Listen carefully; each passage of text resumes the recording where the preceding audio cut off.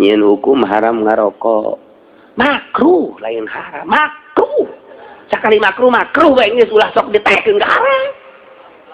makruh bae selanan ke nu sejen aya elat nu sejen ari boh sama lain deui jadi ulah sok ngarobah-robah sih makruh titik geus sakitu bae selanan cenah kiai ge loba ngomong ngarokok kiai tolol teh nu ngarokok teh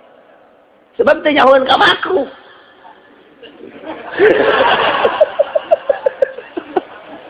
atuh teh nyahoeun ka makruh atuh cenah kiai sok ngarokok atuh tanya heula kiai kunaon mantak ngarokok aing mah nu mantak ngarokok teh ngaleungitkeun tunduh na teh jang maca kitab tuh lain deui pan sia ayo sia ye kiai mah udang penting ngarokok kunaon ini tahajud ieu antaran ieu rada non gitu ngaranna tunduh we sugan bae ku rokok mah ngopi teu saeutik kiai mah ngopina teh teu saeutik dua muk